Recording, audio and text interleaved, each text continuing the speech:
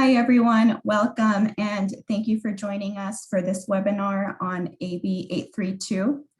I'm Marina Espinoza, and I'm the Legislative Analyst for Housing, Land Use, and Transportation with the California State Association of Counties. And the purpose of this webinar is to provide counties with an overview of the recent changes made to the state's COVID-19 rent relief program, and to also share information on the extension of eviction protections for California tenants pursuant to AB 832. We have a great group of panelists here with us today who will walk us through these changes, and will also be available to answer your questions. We are pleased to be joined by representatives from the California Business Consumer Services and Housing Agency, including Amy Wilson, Deputy Secretary of Legislation, Lynn Von Koch-Liebert, Deputy Secretary of Housing, and Veronica Harms, Deputy Secretary of External Affairs. And we're also happy to be joined by Jeffrey Ross, who is the Deputy Director of Financial Assistance for Federal Programs with the California Department of Housing and Community Development. And before I turn it over to our panelists, I do want to note that we would really like to get through as many of your questions as possible. So if you have questions, please type them into the Q&A box. And you'll also have the opportunity to use the raise your hand feature. And we'll start going through questions after the presentations. And with that, I will now turn it over to Amy Wilson. Yes, hi, and good afternoon to everyone. Thank you for joining us, and thank you to CSAC for hosting this conversation, this presentation with all of you, so that we can bring you up to speed on some of the recent changes with the enactment of this new bill. So we look forward to this time together and welcome your questions as we move through.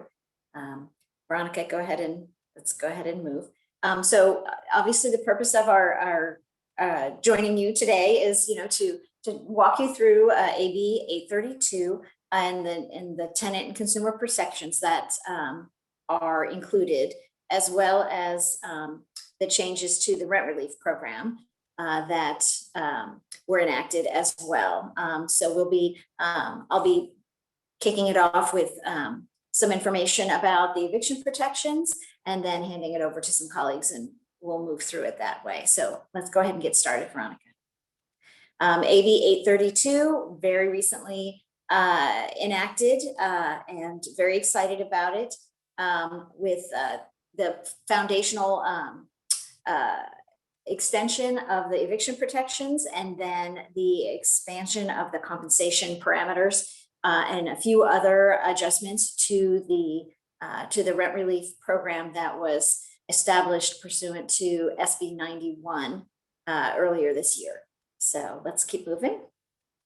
So I'm going to very briefly, just a high-level sketch of our rent relief program.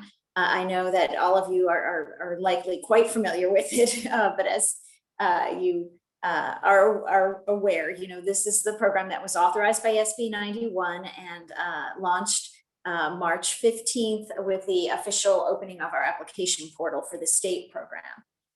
And the program focus, of course, was under that the foundational bill, and continues to be the stabilization of low-income households through the payment of the rental arrears to landlords and tenants, and to the extent possible, current and prospective payments as well.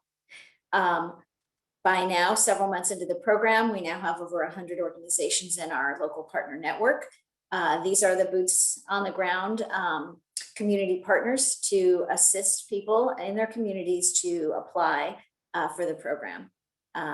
We continue to work with jurisdictions depending on the administrative option that they selected, and we'll be going through that as well as we move through this presentation.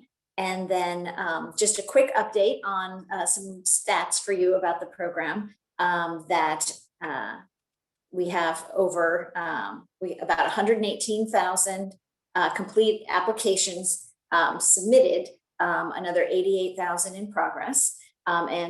So far we've assisted nearly 13,000 households, totaling roughly $178 million in assistance. Okay, so diving right in very briefly to the eviction, the programmatic changes that were made by this bill, kind of high level. AB 832 authorizes the use of the federal rental assistance funding that was made available through the ARPA, the American Rescue Plan Act. As you know, SB 91 did something very similar, but that was with the prior bill that was enacted under the Trump administration at the end of the year. So altogether, all told, that prior bill, that prior federal funding together with what we call the round two, which is the ARPA funding, that's an estimated $5.2 billion in federal funds that are coming either to the state or directly to local governments, just for the purpose of rental assistance. The bill also provides for 100% payment for unpaid rent, as well as future rent and utilities. It extends the eviction protections, and it also establishes a temporary court process for evictions after the end of the current protection period that is ends at September 30th. So beginning October 1, it creates a modified process. So I'll just walk you through a little bit more in detail, and then we'll dive into the bread and butter of this proposal, of this presentation. Okay, so evictions, we extended under SB 91, the eviction protections statewide went through the end of June. And so this bill, AB 832, extends them to September 30th. It did not change the parameters related to the eviction protections. It's the same eligibility and declaration requirements. The tenant does provide a declaration of financial hardship to the landlord, and they are protected if they're unable to pay their rent for that period.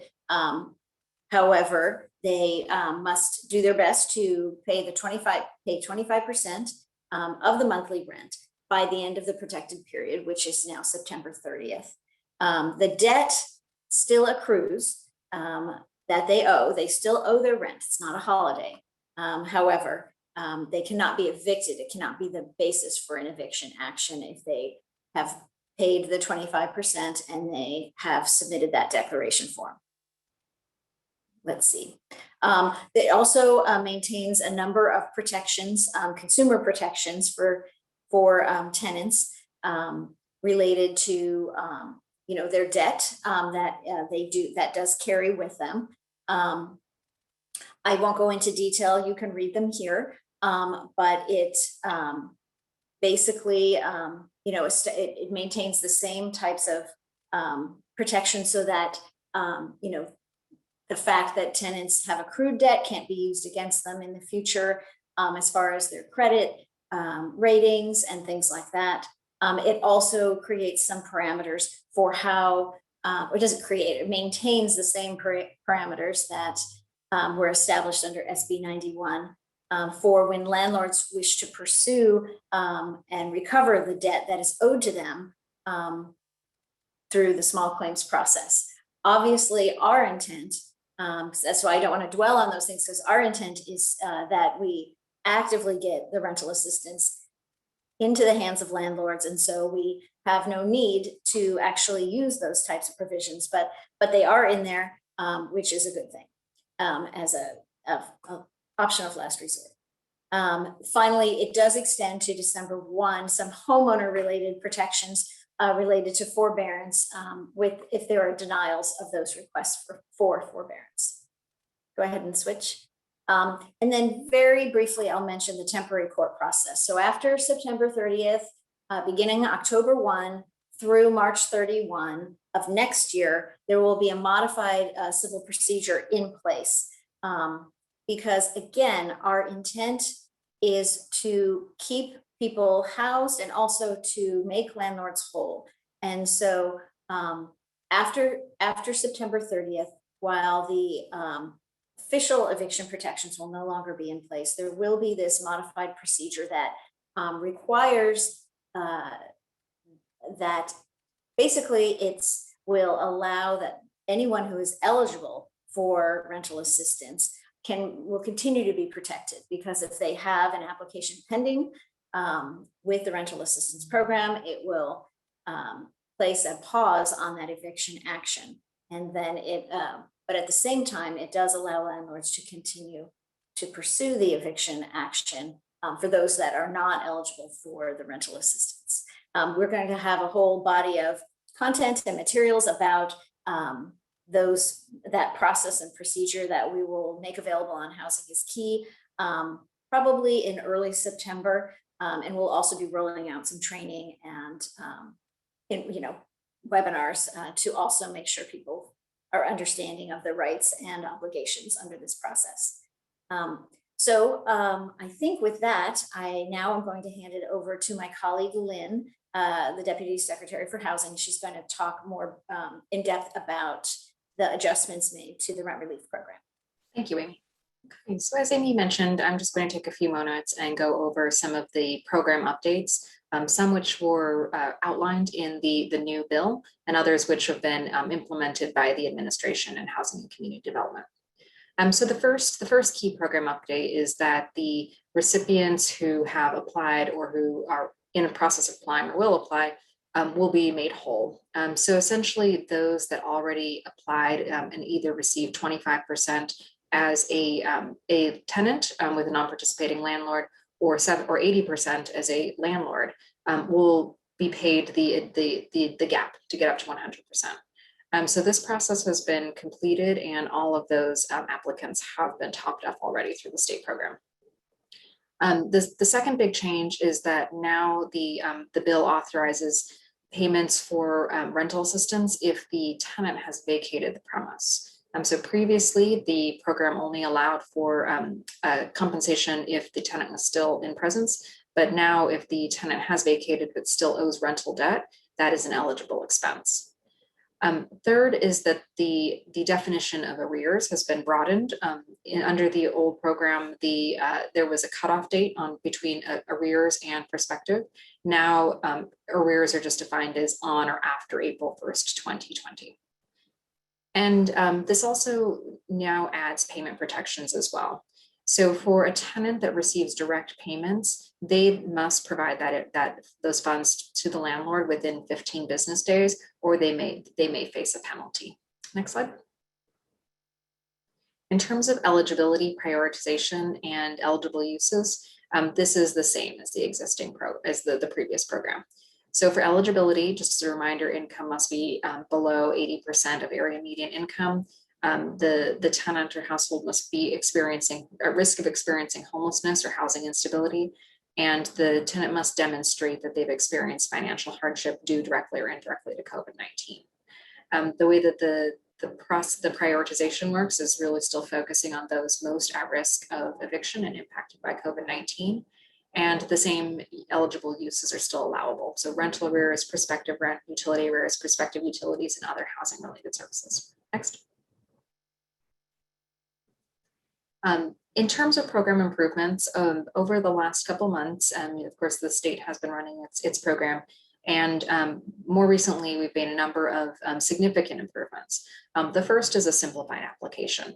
So we understood from stakeholders and applicants that the process could take a couple hours to be able to submit an application. So we've since revised the application, and we're now hearing that it takes between 30 minutes and 1 hour to complete. This has led, of course, to an uptick in applications submitted and clear feedback that this is quicker to complete. And then also from a review perspective, it's a lot faster for our case managers and quality control and assurance teams to go through and process these improved applications. We've also gone through and fully translated the Housing is Key website into 6 languages. So Google Translate is still an option on the pages. However, there are in-language professional translations for California's 6 most widely used languages. And we have also reorganized the website to be able to navigate more directly to the application itself, as well as be able to find resources, tools more easily through the navigation on the screen. And with that, I'd like to hand it over to Jeffrey Ross, who is going to talk about program implementation. Thank you, Lynn. Next slide, please. All right, so how is rent relief being delivered? I think most of the folks on this call will remember that if you're a county or community over 200,000, you would receive a direct allocation from the federal treasury. Otherwise, you're going to be covered under and are part of the state's administration of the rent relief program. And we also have communities that receive that have over 200,000 individuals, but also decided to participate within the state program. So that is known as our Option A partners, and that is the state operated and administered program. And our application portal is on the Housing is Key website, and we have been coordinating with the other option in administered programs to really make sure that there's a no wrong door as we're trying to all work together to cover all Californians needing assistance. So our large counties and cities over 200,000, as I mentioned, would receive and did receive a direct federal allocation. And if they did not decide to participate in the state administered program, they had the ability to receive a block grant if they're going to locally administer and be in conformance with the state requirements, and then to administer both their federal allocation and the state block grants locally, and do that in an administration capacity, as we've called as Option B. And then also there is the communities that receive their direct allocation and wanted to operate their program separate and apart from the state program. And so in those scenarios, that administration has both a state program administration component within the jurisdiction and a locally run program, and that's known as our Option Cs.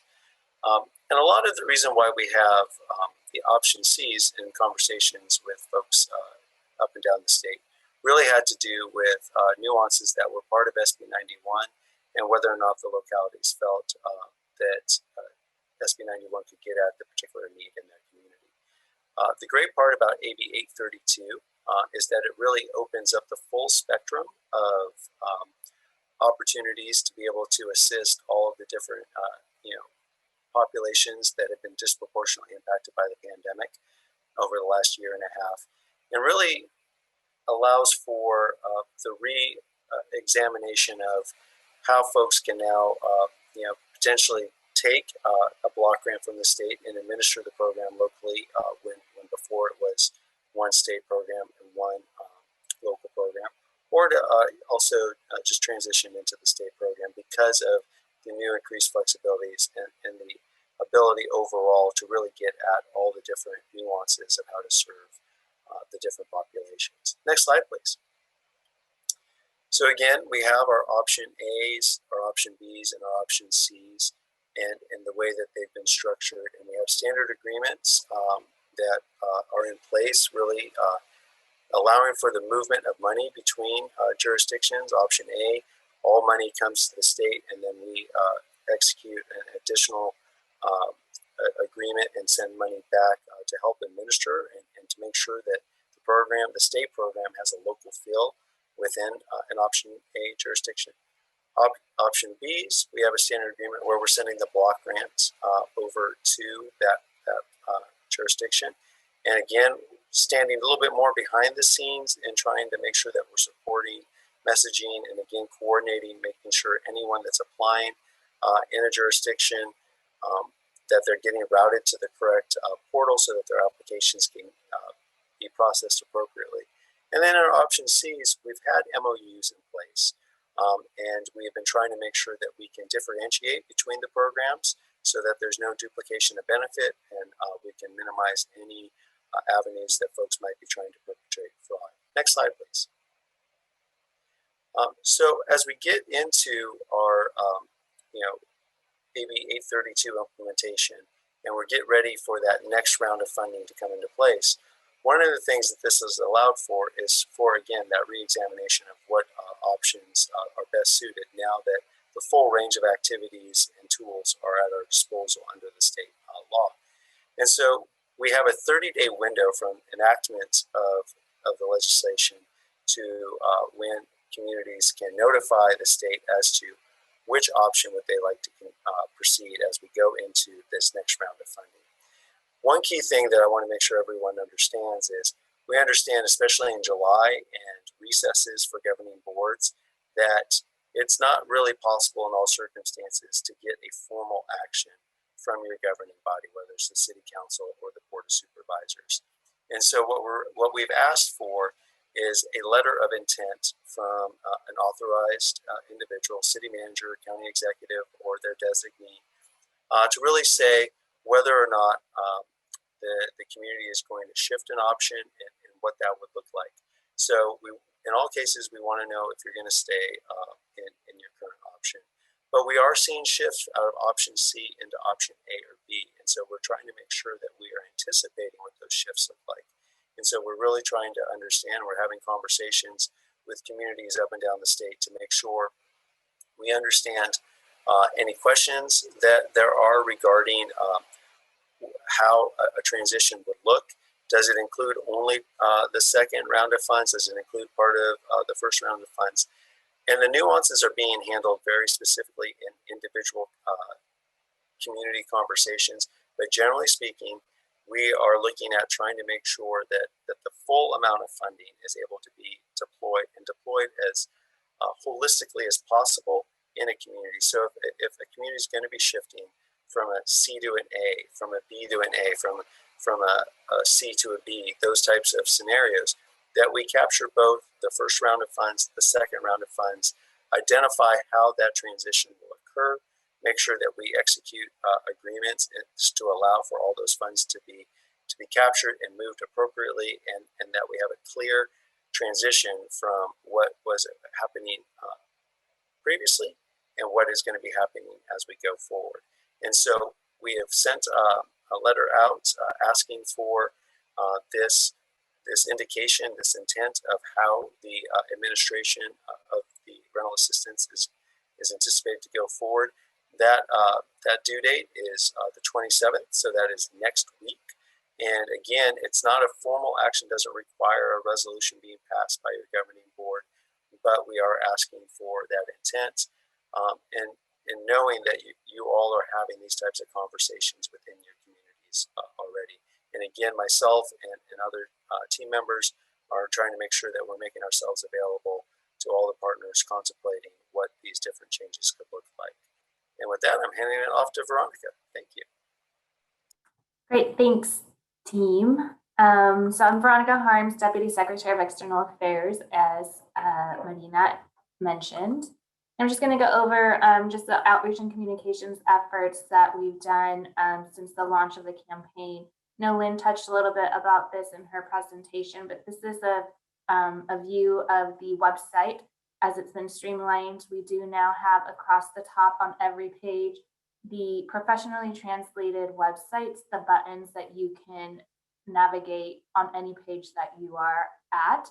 And then also on a lot of the pages, we have the apply now button, as we heard feedback that finding that apply button in the beginning was hard to do. So we put it front and center in a lot of the pages throughout the website.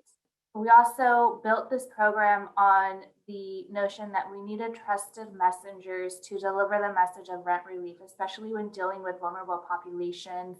They don't always believe state government programs, so we are working with over 100 partners statewide to deliver the rent relief program and help them in any different ways that they need. They serve 22 different languages.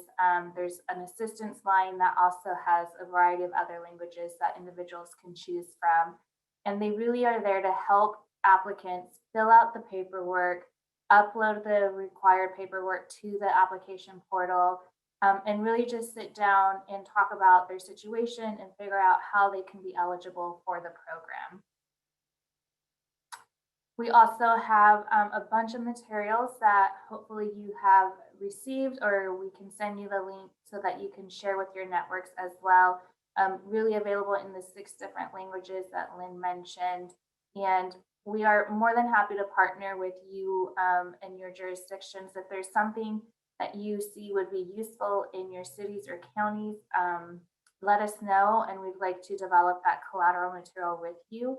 We know you know your communities very well and what would resonate with them. So if you see anything in our materials that needs to be updated or that is not sitting well with your communities, just let us know. We welcome feedback, and we definitely are nimble and flexible in changing the program so that it's really received well by those applicants needing the assistance. And with that, we will go ahead and open it up for questions. I believe there are a couple questions here. We had asked for the authority to pay for rent debt if the tenant no longer lives in the unit. When will that be provided? So I'm happy to respond to that question. So that is authorized under AB 832. So that authority now exists. I want to make sure and clarify though that the program still is kind of built around the household eligibility. And so even if the tenant is not residing in the property for which the debt is owed, we still need the tenant, the former tenant, to participate in the application process, because everything is derived from that process of assuring their eligibility. And so to the extent that landlords are able to work with their former tenants and be in touch with them, that just facilitates the entire process. Great. Thank you, Amy.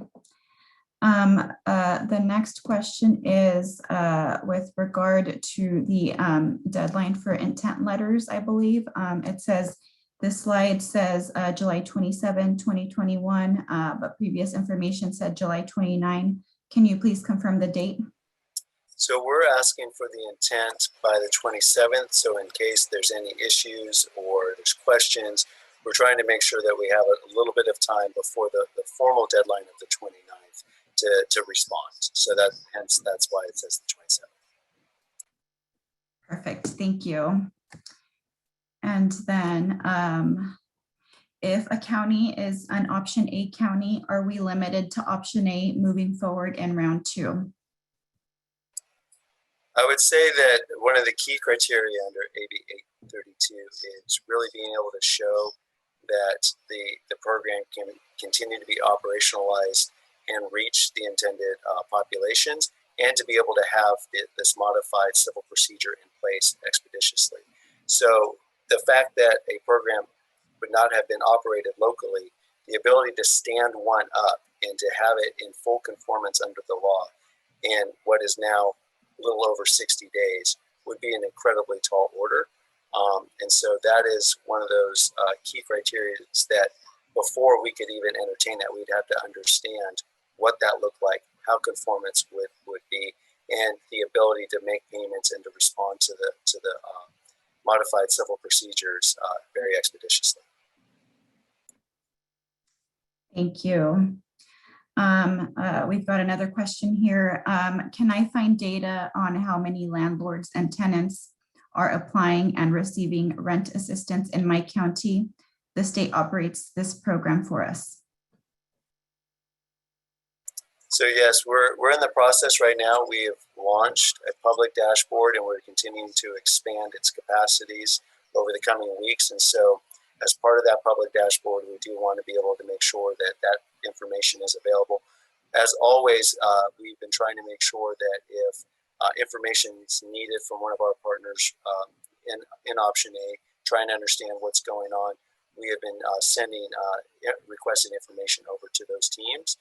And so just please continue to communicate to the rental assistance team and make sure that we know if there's something you're particularly looking at. We'll try and make sure that we can pull that information up and really work with you, so that way you have good eyes on as to how things are going, where additional targeting might be needed, and any such type of information. Great, thank you. I don't see any more questions here. I don't see any hands raised. So I think we can wrap up now. I just want to thank everyone for joining us and for sticking around. Really want to thank our panelists, for the informative presentation. We really appreciate your time, and I hope everyone has a great rest of the day. Great, thank you.